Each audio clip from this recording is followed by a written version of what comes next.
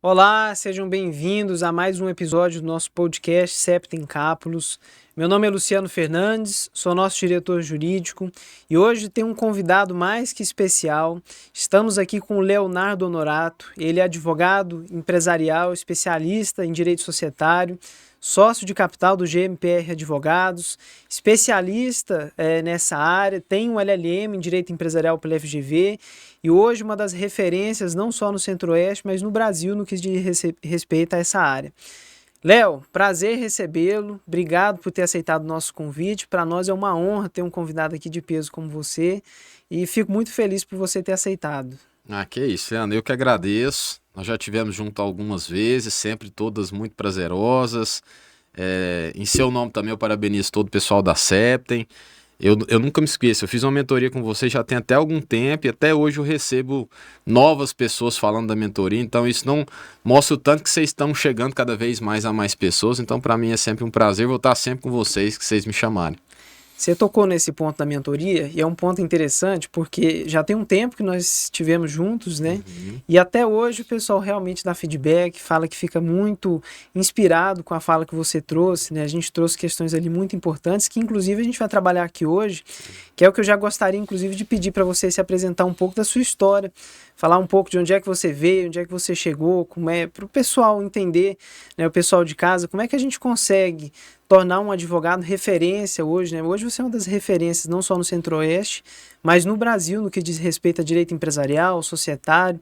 Conta um pouco dessa trajetória pra gente, pode ser? Claro, falar da gente nunca é tão bom assim, tão agradável, mas vamos lá. Só sobre as mentorias que vocês fazem, assim, eu acho que é um papel muito importante mesmo na formação de novos profissionais, porque a mentoria ela sai um pouquinho só do post de 15 segundos das redes sociais e você vê de fato a vida de um profissional, né? Quem é ele, o que ele fez. Acho que isso é muito importante para que vocês estão levando e fazendo, levando isso para conhecimento de mais pessoas. Bom, eu vim de uma família de classe média baixa, né? Nunca passei necessidade, graças a Deus, mas também nunca tive uma vida muito opulenta, né? Fui raríssimas vezes à praia, né? Até então, hoje graças a Deus, o cenário mudou um pouco. As viagens que eu fazia era de caminhão pau de arara, né? Não sei se o pessoal de casa vai saber, mas a gente colocava uma lona atrás do caminhão e a família inteira lá atrás com as malas balançando. Acho que hoje isso nem pode mais. Na época também não podia, mas era o jeito que a gente tinha de fazer alguma viagem mais próxima. Minha família basicamente é de servidor público, então iniciei a faculdade visando concurso público e em determinado momento, por alguns fatores, não me adequei àquilo que eu achava que seria o meu caminho. Tive um período de incertezas, porque o meu plano se foi para água abaixo logo no meio da minha faculdade, mas aí tive a oportunidade de ter uma vaga de estágio em dos escritórios de um dos meus professores que eu mais admirava, Lúcio Flávio, que fui por ele, né? Não conhecia advocacia, ouvia falar muito mal da advocacia, tinha um preconceito com a advocacia, mas o primeiro dia que eu pisei no escritório, tudo mudou, meus olhos brilharam e fui então advogar. E foi aí um período de construção mesmo, né? Uma família de servidor público, né? Um empresário, né? Então, eu não tinha ali, no início da minha carreira, acesso a nenhum potencial cliente meu. Foi tudo conseguido a duras penas mesmo. Então, acho que isso só quer dizer que independente de onde você está hoje, você pode chegar a algum lugar. Tem gente que está um pouco mais próximo, né? Não quer dizer que quem tenha pais empresários não pode ser advogado, né? Ele vai talvez, inclusive, estar um passinho à frente, mas todos podem ir, né? Eu costumo fazer e na mentoria eu fiz essa analogia com uma viagem, né? Todo mundo pode chegar a um destino e viajar junto. Tem gente que já está um pouquinho mais perto, tem gente que está um pouquinho mais longe, mas todo mundo pode chegar. E é isso que eu tento passar muito para os jovens, né? De que, olha, independente de onde você esteja, do que você seja, das condições que você tenha, você consegue chegar com paciência e com estratégia, né? Que eu falo muito estratégia. Mas basicamente, falando um pouquinho do meu começo, digamos assim, foi isso. Maravilha, Léo. E Bom, a gente percebe que você é um cara que tem muita técnica, né? Domina muito o assunto que você trabalha hoje. E qual a importância para você da educação, né? Quais foram as fontes que você buscou? Porque hoje, por exemplo, você tem uma especialização, né? Me corrija, um LLM, inclusive é a mesma que eu tenho, mas a gente sabe que a gente sempre busca o algo a mais, né? E quais são as fontes que você buscou durante esse trajeto seu para montar o conhecimento que o Leonardo tem hoje? Tá. Assim, eu realmente sempre busquei estudar, né? Inclusive, quem me conhece da época de ensino médio, normalmente quando me vê hoje tem até uma surpresa, porque eu mudei um pouco o meu comportamento, foi uma virada de chave eu ter ido para a faculdade. Mas desde o primeiro dia da faculdade, eu me dediquei muito ao estudo. Até porque eu tinha esse sonho de serviço público, então desde então eu já comecei a estudar. Isso me deu uma bagagem muito boa. Nessa época, a minha base de estudos era doutrina, né? Tô falando de uma época que a gente não tinha outros instrumentos. Não se tinha rede social, não se tinha infoprodutos. Então, no início da minha carreira, basicamente, o meu estudo foi doutrina. Isso, embora me gerou uma bagagem técnica muito boa, ao mesmo tempo me gerava um anseio por prática, né? Então eu estudava livros, estudava doutrinas e isso foi muito bom para mim, mas eu tinha muita dificuldade de saber onde que eu vou aprender a prática, né? E aí eu fiz um estágio no Tribunal de Justiça, ali eu comecei a enxergar no campo de vista material que eu lia nos livros, então eu vi um processo pela primeira vez, não sei se as pessoas daqui que estão me ouvindo já viram, mas o processo tinha capa, né? E quando tinha alguma ação conexa, amarrava um barbante, né? Então, mas ali eu vi um processo do início sendo conduzido, meio, fim, né? Então ali eu tive um primeiro contato com prática. E aí eu fui para o escritório e a prática veio acontecendo. Hoje, né? O que eu falo hoje te respondendo sobre o que eu estudo para ter uma bagagem maior. Eu continuo estudando doutrinas. Acho que até hoje tem doutrinas bem mais práticas do que se tinha antigamente. Hoje os doutrinadores têm um viés de falar um pouco da prática, porque sabem dessa dificuldade que era das faculdades. E hoje eu tento estudar muito questões interdisciplinares com direito, né? Como até então, quando eu me tornei advogado, eu não tinha nem amigo empresário. Não tinha familiar e não tinha amigo. E aí eu tinha uma dificuldade de entender o meu cliente. Aí eu falei, poxa, como que eu vou entender meu cliente? Eu comecei a estudar gestão, comecei a estudar economia, eu comecei a estudar algumas características do meu cliente, não necessariamente do direito. E quando eu comecei a fazer isso, eu vi o tanto que isso agregava com o meu conhecimento do direito. Quando eu estudava gestão, o meu societário era potencializado. Quando eu estudava economia, o meu societário era potencializado. Então, uma dica que eu sempre dou para os advogados que estão começando é transcenda também ao direito, sabe? Assim, tente entender um pouco a prática do seu cliente. Eu estou falando de empresário, mas às vezes tem alguém que... eu vou dar um exemplo de um sócio meu, que ele atua no direito ambiental e ele é engenheiro agrônomo, porque ele não deixou de ser. Isso faz uma diferença técnica pro jurídico muito grande. Ele entende, né, da parte técnica. Ele entende a parte técnica, então ele sabe aplicar a lei de um modo mais coerente com aquilo, né? E aí, onde buscar isso? Eu acho que, por exemplo, a CEPT é um excelente exemplo disso. E aqui não é nem um jabá nem nada, é de fato uma exposição do que eu acho que é real. Eu acho que hoje as redes sociais, ela facilitou uma coisa que eu buscava fazer muito na minha faculdade. Na minha faculdade eu buscava conversar muito com professores que eu admirava. Então, hoje eu tenho a felicidade de ser sócio de dois deles, o Lúcio Flávio e o Marco César. Todo final da aula, eu sentava, eu enchia o saco mesmo deles e ficava ali com eles falando assim, olha, me fala como que eu tenho cliente? Como que vocês têm cliente? Como que vocês chegam até um cliente? E eu ficava tentando sugar isso deles, né? E com a paciência que eles têm, eles sempre estavam dispostos ali a trocar essa ideia. Era o que eu tinha para saber o que eu fazia da prática, como que eu poderia ser um advogado. Hoje a rede social ela torna isso muito mais fácil. E rápido. E rápido. Então, assim, eu falei das mentorias que vocês têm. Poxa, quando a gente está ali ouvindo alguém que está no lugar que eu quero estar, chegar, falando como chegou, ele tá te dando ali um roteiro mesmo dessa viagem, né? O que essa pessoa fez? Como é que é o bastidor dela? Porque senão a gente fica vendo um advogado que tá lá na frente e acha assim, foi fácil chegar até lá. Não, peraí, o que ele fez? Quais foram as estratégias que ele teve? Né? Então, hoje eu realmente acho que, por exemplo, um exemplo de vocês é um material de estudo muito grande, né? Para que a pessoa saiba, se ela quer advogar, como chegar até lá.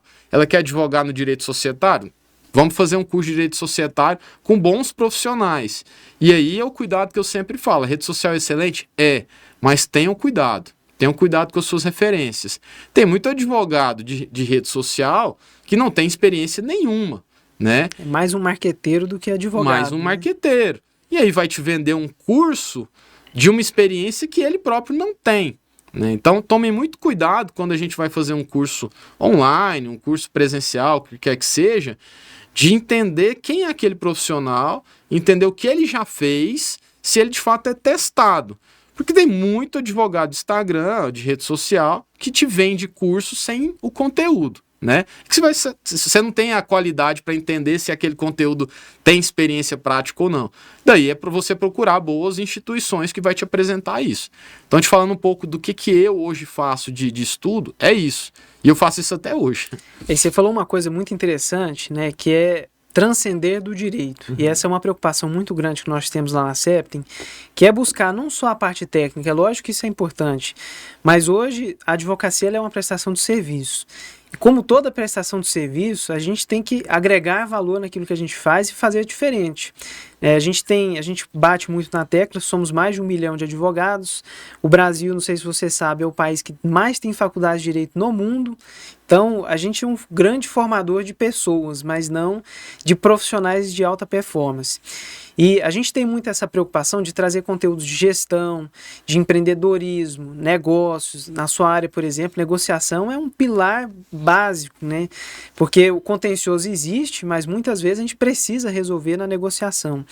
E eu vejo muito hoje você também, mais do que um profissional, né? Você também atua muito na área de gestão do seu escritório e acaba que o escritório hoje em dia é uma grande empresa, é um negócio que a gente tem que saber administrar, e a gente vê muitos profissionais aí que são brilhantes do ponto de vista técnico, mas que são desastrosos na parte de gestão, prospecção de clientes. Conta pra gente um pouco, assim, como é que é a sua rotina, né, de essa questão de gestão, qual a importância de estudo no negócio que vocês têm hoje, por exemplo? Tá, inclusive é uma boa pergunta, porque assim, eu comentei contigo que no início da minha faculdade eu queria concurso público, e eu virei um ratinho de laboratório mesmo, assim, sabe? Eu fiquei enfurnado estudando. Ou seja, eu desenvolvi basicamente a parte de estudo na minha faculdade. E quando eu tive essa oportunidade no escritório, até que, nessa fase, como eu estudava muito, eu acabei que entre a minha turma de amigos da faculdade, eu me tornei uma referência de estudo, digamos assim. E aí, quando eu fui para escritório, todo mundo, então o Léo vai virar um excelente advogado. E os advogados falam, não necessariamente. Porque a advocacia te exige outras características. E ouvir aquilo me chegou a me gerar um desconforto, de desafiar, né? De falar assim, poxa, então peraí, eu preciso desenvolver algumas ferramentas que eu não tenho. Por mais que... E aí eu te falei assim... Acaba quase que eu fui uma metamorfose ambulante mesmo, assim, no ensino médio eu já era um cara totalmente comunicativo, me retraí na faculdade pelo estudo e depois tive que reaprender.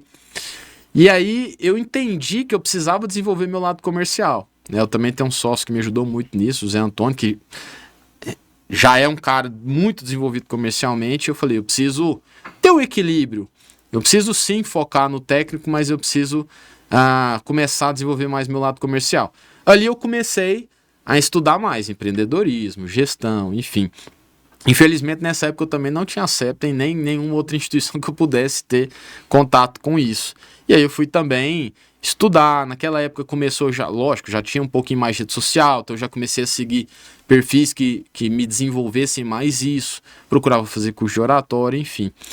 Hoje, realmente, eu tenho focado muito em estudar gestão. E eu sempre falo isso assim, porque tem muita gente que às vezes me vê e vê eu fazendo um curso do G4 e fala assim, nossa, Léo, eu preciso fazer o curso do G4. Eu falo assim, precisa por quê? Me explica. Tu tem que ter um objetivo, né? Às vezes, poxa, será que é para a pessoa mesmo? E será que é o momento? Né? Vou dar um exemplo, um curso G4 hoje é caro, né? Um grande investimento. Investimento. E aí a pessoa me perguntou assim, Léo, eu faço esse curso do G4 e ela tá no comecinho da carreira. Eu falo assim, ó, qual o seu objetivo com ele? Me desenvolver mais empresarialmente. Eu falei, então, primeiro, você tem que entender qual curso vai te fazer isso. Segundo, será que é o seu momento de gastar investir nisso e não em outras coisas antes, né? Por que eu invisto em gestão?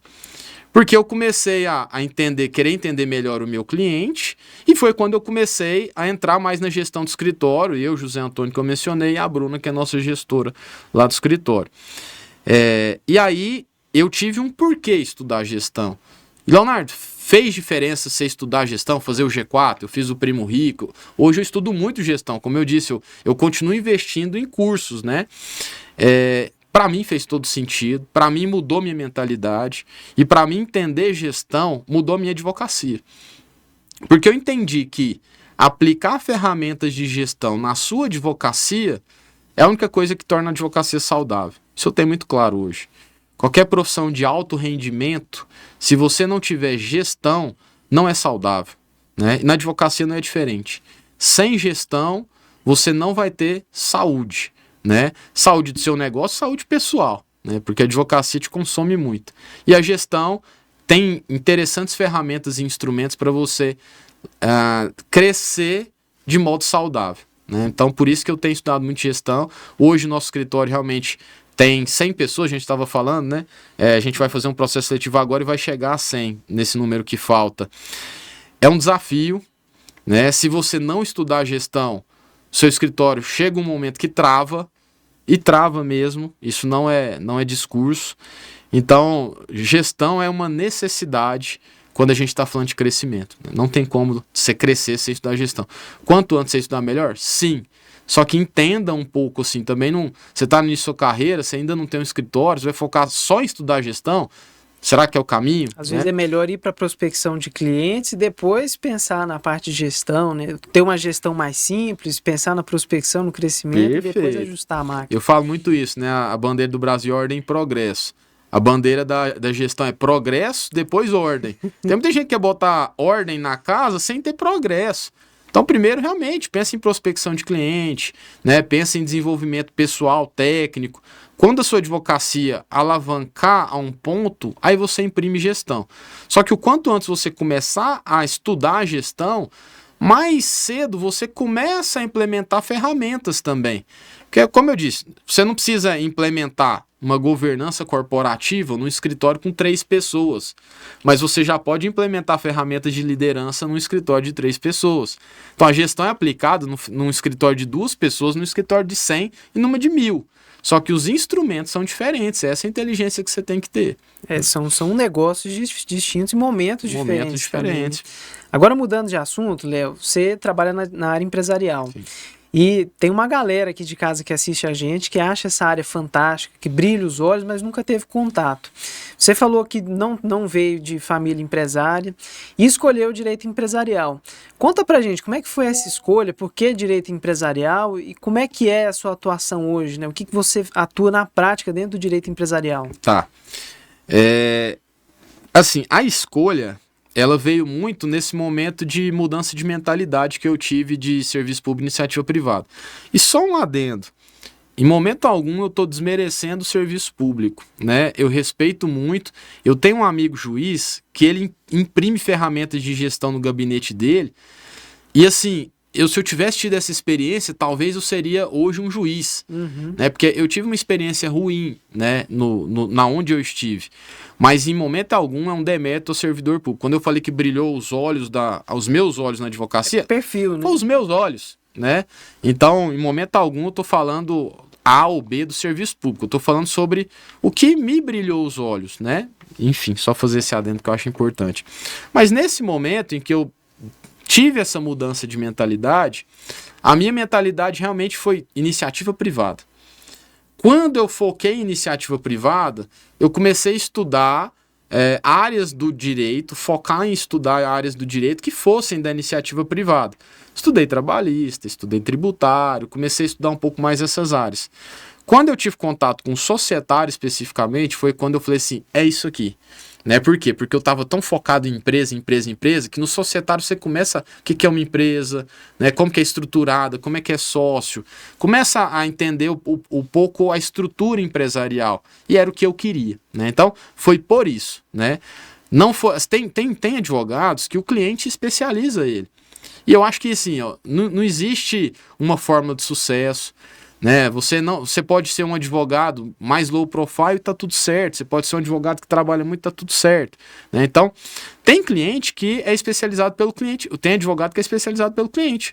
O cara que tem um pai médico que os amigos começam a procurá-lo e ele começou a estudar direito do médico e tornou referência. Tá tudo certo, ele tá feliz com aquilo. O meu cliente não me especializou, porque eu não tinha cliente. O meu foi um trabalho de eu construir primeiro a autoridade para depois os clientes começarem a vir até mim, né? E volto a dizer, não existe fórmula mágica. Tem muita gente que tem sucessos com clientes se especializando. Mas a minha advocacia, eu construí numa estratégia de consolidação de autoridade para que os clientes viessem até mim pela minha autoridade. E como que hoje é meu plano de negócios, né? Ao mesmo tempo que eu mudei minha mentalidade para a iniciativa privada, eu mantive um DNA de necessidade de uma segurança financeira, que a advocacia me afastava disso no primeiro momento. Até que eu entendi que eu podia ter, sim, as duas coisas. E eu montei um plano de negócios nisso. Hoje eu tenho um produto, né, um serviço que é assessoria jurídica. Uhum. Isso me dá uma recorrência, porque esses clientes me pagam mensalmente. Então, hoje, por exemplo, eu tenho um número X de empresas que me pagam um valor fixo para eu atender consultivo e um número X de contencioso, civil, trabalhista e consumidor, né? Bem básico, né? Eu não coloco criminal, tributário e societário nessa assessoria jurídica, é para as coisas do dia a dia da empresa. Isso me dá uma recorrência. Independente de eu pegar alguma causa ou não naquele mês específico, eu sei que minha qualidade de vida está mantida naquela faixa que eu defini nessa recorrência. Isso é inclusive gestão, né? Planejamento. Coisas que eu aprendi estudando gestão. E aí, hoje eu tenho então essas assessorias que me geram recorrência e hoje eu tenho produtos de um ticket maior, que aí são produtos que eu não tenho uma recorrência porque ela depende de alguma demanda, né? Que é contencioso societário, então briga de sócio, que é o que eu amo fazer, inclusive, é o que eu sou referência hoje na área, que é briga de sócios, e prevenção de briga de sócios, que é planejamento societário. Esses dois produtos, entre aspas, são produtos que eu vendo num ticket maior. Inclusive, eu posso oferecer isso nas empresas que eu presto assessoria. E a esteira de produtos, uma lógica interessante de gestão. Eu já tenho meu cliente de assessoria, ele já conhece o meu trabalho, confia no meu trabalho, e eu posso agregar produtos para ele. Tipo, olha, você tem assessoria aqui, olha, só que é o seguinte, você já pensou em planejar a sua estrutura societária? Já está vindo a sua segunda geração para o negócio, vamos fazer uma estruturação que planeje melhor o ingresso desses herdeiros, né? Então eu consigo vender esse produto para ele, né? E agregar valor nesse serviço que eu presto para ele. Um valor muito maior, geralmente. Um valor muito maior, né? E o contencioso societário, que aí sim eu preciso existir uma demanda societária para vir até mim, e aí são produtos realmente de um valor mais alto. Então hoje eu estruturei meu plano de negócio assim. Além disso, o que eu também hoje no meu escritório faço, né? Me associei a especialistas de outras demandas que eu não atenda para agregar nessa minha esteira de produtos. Então eu tenho hoje um sócio tributarista que eu posso chegar para minha assessoria jurídica e falar, olha, eu tenho um produto de planejamento tributário aqui no escritório, você não quer que a gente faça uma revisão de sua estrutura tributária para ele entender? Então, hoje, a minha esteira de produtos, o meu plano de negócio é atrair empresas para essa assessoria básica e eu conseguir, ao longo do tempo, prestar outros serviços de valor mais agregado que, de fato, vai contribuir também com esse negócio. Então, basicamente, hoje eu trabalho assim. Fantástico. E você citou pontos aí importantíssimos, né? E você falou uma coisa interessante, você gosta muito do contencioso de sócio societário. E muita gente de casa tem muita dúvida com relação a esse ponto, que é como que você enxerga o judiciário nisso tudo? Você trabalha muito com arbitragem, negociação, qual é o papel, né, do advogado? Eu digo isso porque, pelo menos na minha percepção aqui, nós temos um tribunal que não entende muito bem sobre direito empresarial, né? É uma dificuldade, né, da gente ter decisões específicas. Se você vai para São Paulo, você tem câmaras especializadas e tudo mais, até existe um projeto para trazer isso para cá, mas a verdade é que o judiciário ele imprime uma incerteza e uma insegurança muito grande, até mesmo nos clientes, né? Os clientes a gente percebe que eles entendem muito sobre o jurídico e eles têm essa dificuldade. Como é que você supera essa barreira e como é que você lida com tudo isso? Até boa sua pergunta para que não gere uma impressão diferente de mim, para quem está me assistindo e não me conhece.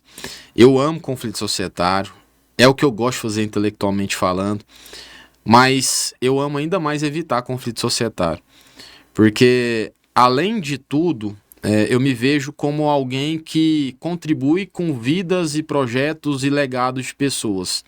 Isso me gera uma responsabilidade muito grande. Gigantesca, né? Eu jamais estimulo alguém a ir para um conflito. O conflito é a última coisa a se fazer num negócio. Primeiro porque um conflito é ruim para todo mundo. Conflito societário é ruim para ambos os sócios e principalmente para o negócio, né? Então, eu busco sempre evitar o conflito. Sempre que alguém chega até mim com algum tipo de conflito societário, eu quase que psicologicamente tento exaurir ao máximo para ver se essa pessoa precisa de mim, inclusive, ou se ela não pode resolver com uma conversa, né, com seu sócio, porque tem muita questão que às vezes é até pessoal. Então acho que a gente tem esse papel como advogada, não estimular conflitos. O dinheiro não está acima de um propósito nosso de servir alguém. Eu falo muito isso. Algumas situações, infelizmente, não são resolvidas num diálogo, né? Quando não há esse diálogo, hoje, sobre especificamente o judiciário, eu gosto muito da arbitragem, eu sou árbitro de conflito societário na ACIEG e na Camis Brasil. Estou arbitrando um conflito societário nesse momento. Que legal. E entendo que a arbitragem te possibilita ter especialistas nos assuntos específicos conduzindo esse processo. Nós temos juízes aqui em Goiás muito conhecedores de direito empresarial, né? Não vou citar nomes para não esquecer de algum, mas eu falo que é um número expressivo, inclusive. Mas, infelizmente, como não há uma vara especializada, eles não estão locados em varas especializadas. Então, um processo nosso cair num juiz desse é uma sorte do acaso aleatório, né? Infelizmente, que se a gente tivesse varas especializadas, eu gostaria muito desses juízes lá. Bom, e por isso eu estimulo sim a arbitragem. Acho que uma resolução muito mais rápida, uma resolução que nós sabemos que é um especialista naquele assunto que está ali, e conflito societário é uma demanda muito específica. Eu já tive casos aqui em que eu advoguei, que eu entrei com uma ação para reconhecer o meu cliente como sócio de uma sociedade. Era uma sociedade constituída, essa sociedade tinha registro. Minto, estava até falando diferente. Era uma sociedade de fato, não tinha contrato social. E aí eu entrei com uma ação para reconhecer a existência de sociedade de fato, não o status sócio, a sociedade de fato. O juiz de primeiro grau julgou improcedente porque não tinha contrato social. Então eu falei, mas se tivesse contrato social, eu não tinha entrado com a ação, realmente, né? Recorri, o tribunal realmente reformou a decisão, porque era teratológica. Mas é um caso específico de uma situação que pra gente do empresarial às vezes é básico, mas para alguém que tem 20 mil processos revisionais e de outros assuntos e que está focado em estudar aqueles outros assuntos, quando pega uma causa societária é difícil a pessoa entender aquele conceito societário. Então, a falta de especialização não é o demérito da magistratura. É porque, de fato, não tendo a vara especializada, o volume de processos societários é muito menor que os demais. E ele trabalha com os demais. Os juízes que a gente tem hoje que gostam de societários são especialistas por amor ao estudo do societário, né? Então, estimulo muito a arbitragem. Sabe um lugar que, inclusive, é uma dica para quem está em casa e que quer estudar a área de direito societário? Hoje a gente tem um local de conflito societário bastante técnico e rápido, que se chama Junta Comercial. O André Santa Cruz e a Amanda e o Alan Turan, todos meus amigos, então faço menção aos três, fizeram uma verdadeira revolução nas normas de registro de junta comercial, do DREI especificamente. E as novas instruções normativas, ela te permite anular contrato social na junta comercial, né? Cancelar, na verdade, é o termo técnico, né? Isso é fantástico, a celeridade disso. Hoje, se tiver indício de falsificação de de alteração do contrato social, você consegue suspender na junta comercial, sem o judiciário. Você consegue cancelar alterações que não cumpriram requisitos legais. Então, hoje, para quem advoga na área societária, fica uma dica também: estude o manual de registro de sociedades limitadas, de sociedade anônima, enfim, mais especificamente sociedade limitada, para quem está começando, acho que é o primeiro, que ali tem uma riqueza de prática. Leonardo, onde que eu aprendo a prática? Começa por isso. Lê o manual de registro de sociedade limitada do DREI. Eles vão ver o que tem lá dentro. Ali é para quem ainda não entendeu. Aconteceu uma revolução em conflito societário na presidência, na diretoria desses 3 grandes amigos que eu citei.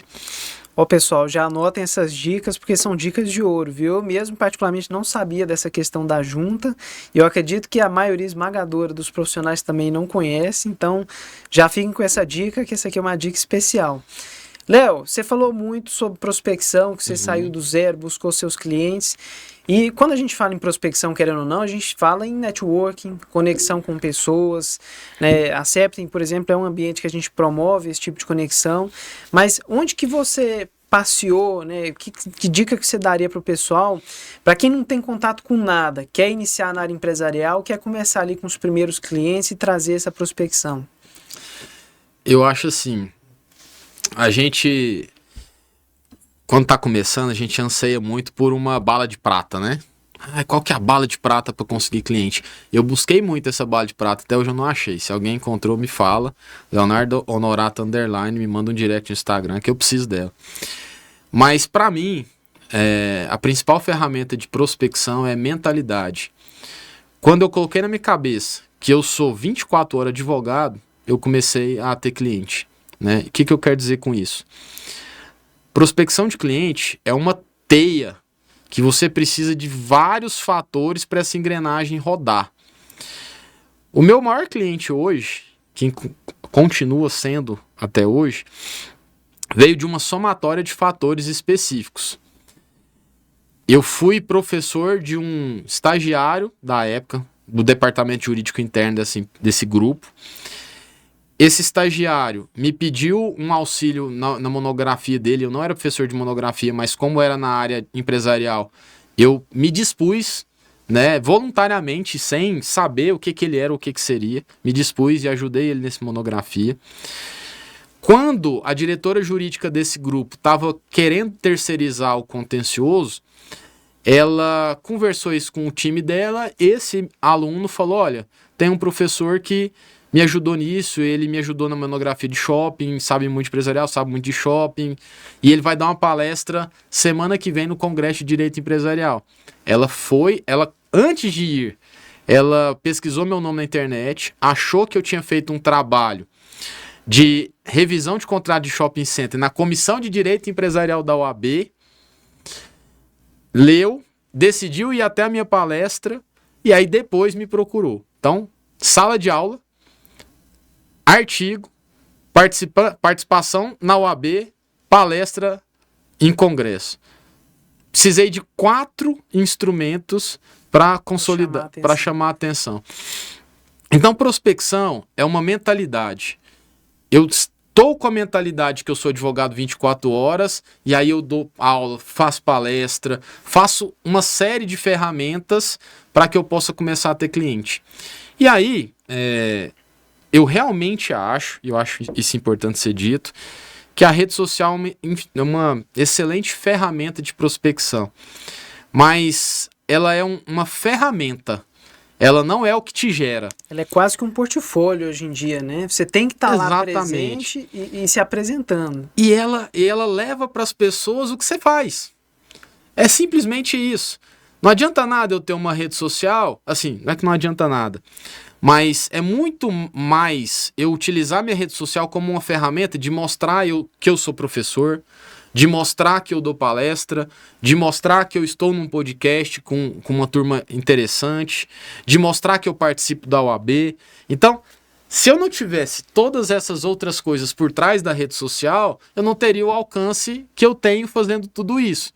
Então, gente, escrever artigo, sala de aula, não ser professor, participar de comunidades, falei de OAB, CEPTEM, institutos, ali é onde você está associando com pessoas, conhecendo pessoas, as pessoas vão conhecer o seu trabalho, você vai fazer parcerias.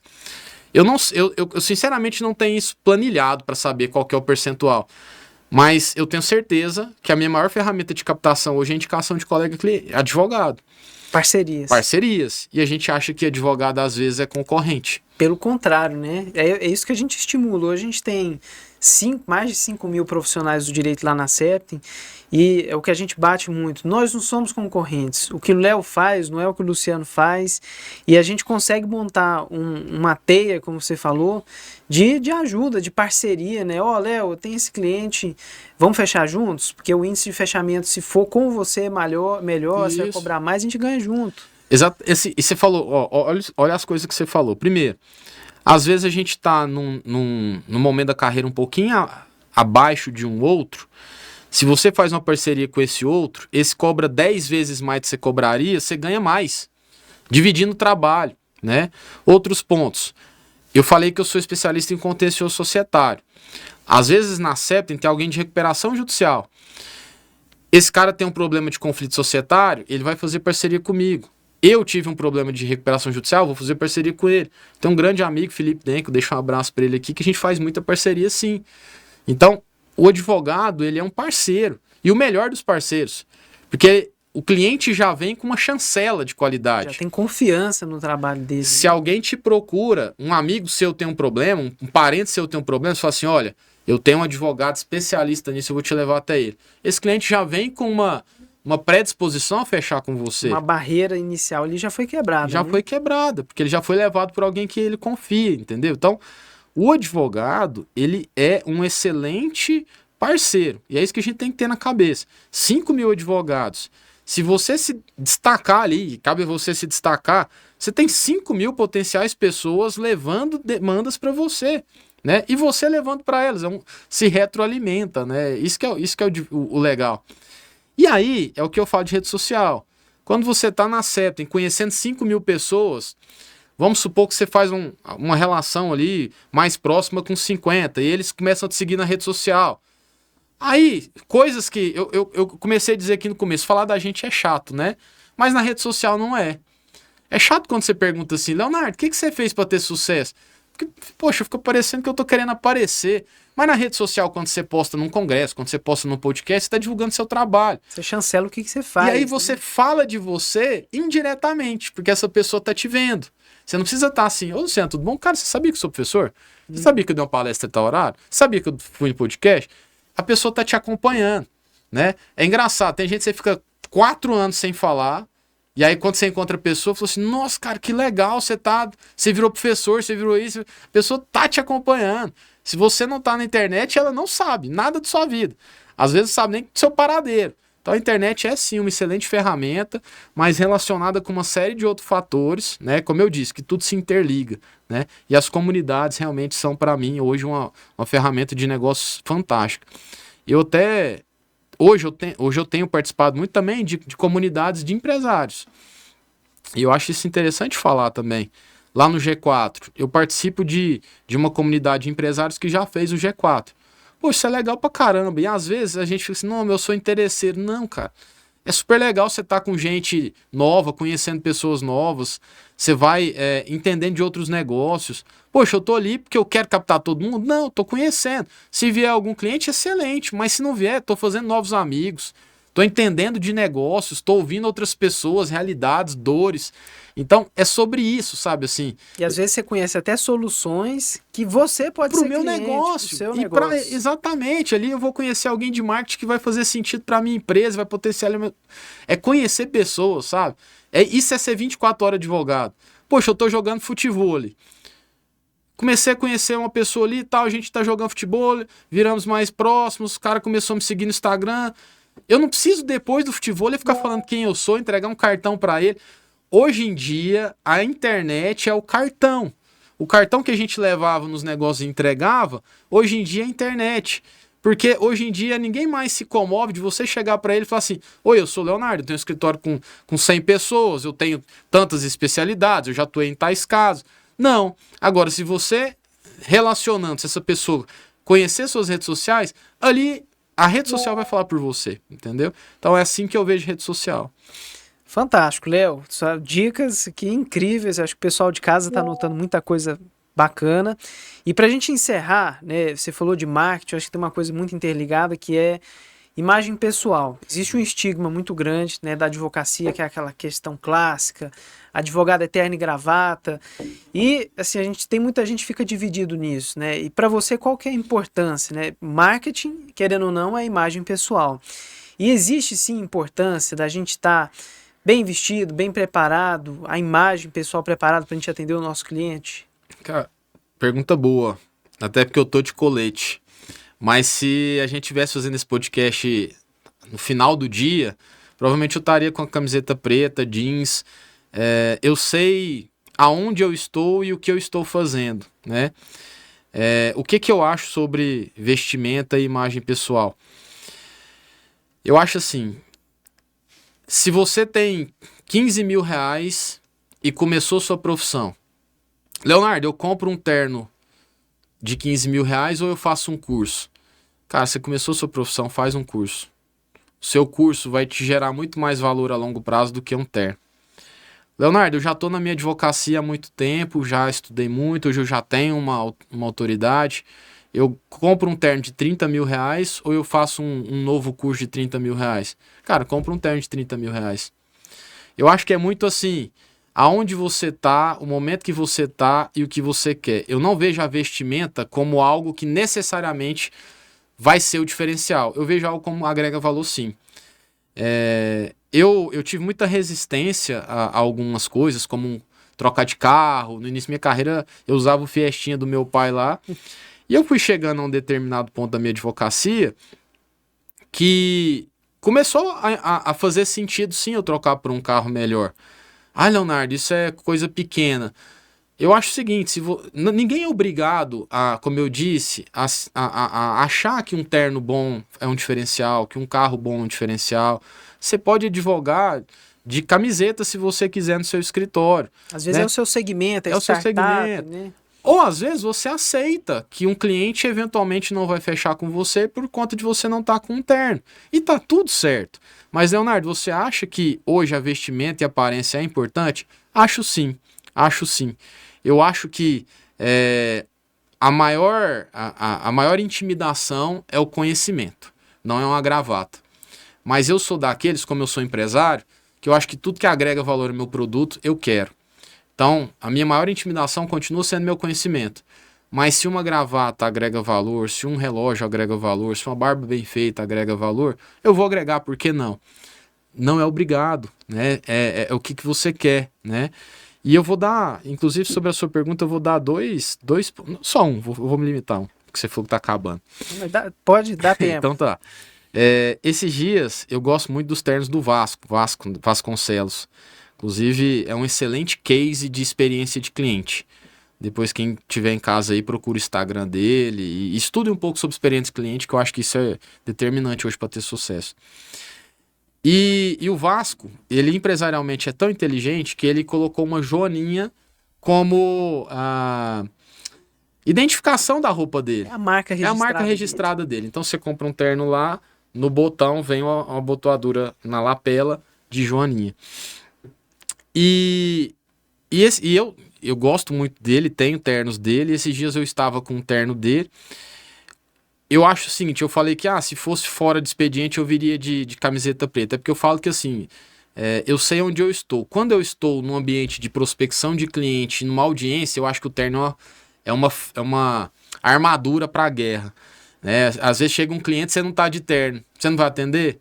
Então, você tem que estar de terno para você atender, se essa é a sua perspectiva. Enfim, eu estava de terno, estava com o terno do Vasco no dia, veio um cliente de São Paulo, primeira vez que eu atendi, né? Ele teve uma indicação de alguém meu, de um conflito societário. Ele entrou com um advogado de São Paulo que ouviu falar de mim, como o conflito era em Goiás, ele indicou o meu nome ao cliente dele. E ele veio acompanhar o cliente dele na prospecção, na reunião comigo. Quando o advogado entrou e ele viu a Joaninha, ele falou a seguinte frase. Eu falei, bom dia, bom dia. Ele virou pro cliente dele e falou assim, nós nem precisamos ir atrás de outro advogado. Um advogado que usa Vasco Vasconcelos é bom. Então, eu tô dando um exemplo. Esse cara tá certo ou tô errado? Não existe certo ou errado. Eu tô dizendo que aconteceu. Então, eu tô constatando que agrega valor. Certo ou errado, se isso é um resquício do tradicionalismo ou não, é uma outra discussão. E quem quer enfrentá-la, tá tudo certo. Eu estou constatando que existe, agrega sim valor, uma imagem dentro da advocacia. Estava num casamento no feriado agora da última semana, foi na praia, um pai de uma amiga estava lá e ele falou exatamente a mesma coisa. Eu botei o terno para ir e ele falou assim, olha, eu admiro muito o advogado estar alinhado. Esses dias eu fui no escritório e o advogado estava até sem terno lá, todo esculachado, eu não fechei com ele. Olha aí. Palavra dele. É um cara mais velho, talvez a nova geração mude um pouco isso, mas eu estou constatando que no atual momento a imagem faz sim, agrega sim valor. Eu sou obrigado a andar terno de ser advogado? Não estou dizendo isso. Estou dizendo que agrega valor. Quem quiser agregar esse valor, ok. Quem não quiser, tá tudo certo. Porque, volto a dizer, o maior valor da advocacia continua e sempre será a qualidade intelectual. Excelente. Léo, que eu trouxe um presente para você, já chegando aqui no nosso momento final, queria te presentear com a nossa famosa caneca. Não sei se você já tem uma, mas essa é uma versão atualizada. Tomo café o dia inteiro. Caneca para advogado é sempre... Que legal. Tá? E queria mais uma vez agradecer aqui sua presença, o nosso papo, acho que foi muito enriquecedor. O pessoal de casa com certeza tem dicas aqui de ouríssimo. E obrigado por ter vindo e por ter aceitado nosso convite mais uma vez. Eu que agradeço, mais uma vez em seu nome, quero estender meus parabéns a todo mundo da Septem, não só a direção, mas a gente estava conversando, vocês têm um time muito grande, né? E de fato, para estar no tamanho que você está, tem que ser assim.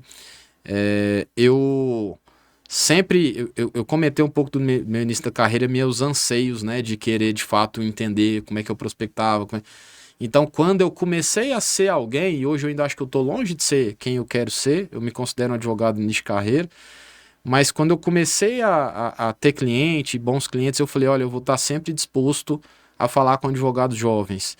Então, eu agradeço muito quando vocês me dão essa oportunidade também de falar com mais pessoas, porque eu queria tanto ter tido dicas quando eu comecei, que às vezes eu me disponho a dar as minhas experiências. Se são dicas válidas ou não, são as minhas experiências. Então, eventualmente, quem pretenda ter uma advocacia parecida com a minha, vai estar podendo me ouvir falar e abertamente sobre isso. Então, parabenizo muito o que vocês fazem de levar conhecimento, né? Acho que a gente... É tão bom quando a gente tem sucesso e ganha dinheiro fazendo bem para o outro, para os outros, e eu vejo isso muito em vocês. É gratificante. É gratificante. Então, eu vejo muito isso em vocês, de levar conhecimento, levar expertises que as pessoas às vezes não têm na advocacia e fazer parte minimamente disso para mim é muito gratificante, vou estar sempre aberto. Obrigado, Léo, pela presença. Bom, pessoal, obrigado pela audiência do nosso programa de hoje. Para quem gostou, curte o nosso vídeo, se inscreve no nosso canal. A cada mês nós lançamos um novo episódio desse podcast e acompanhe a gente nas nossas redes sociais, que por lá a gente sempre está compartilhando nossas novidades. Grande abraço e obrigado pela audiência de todos.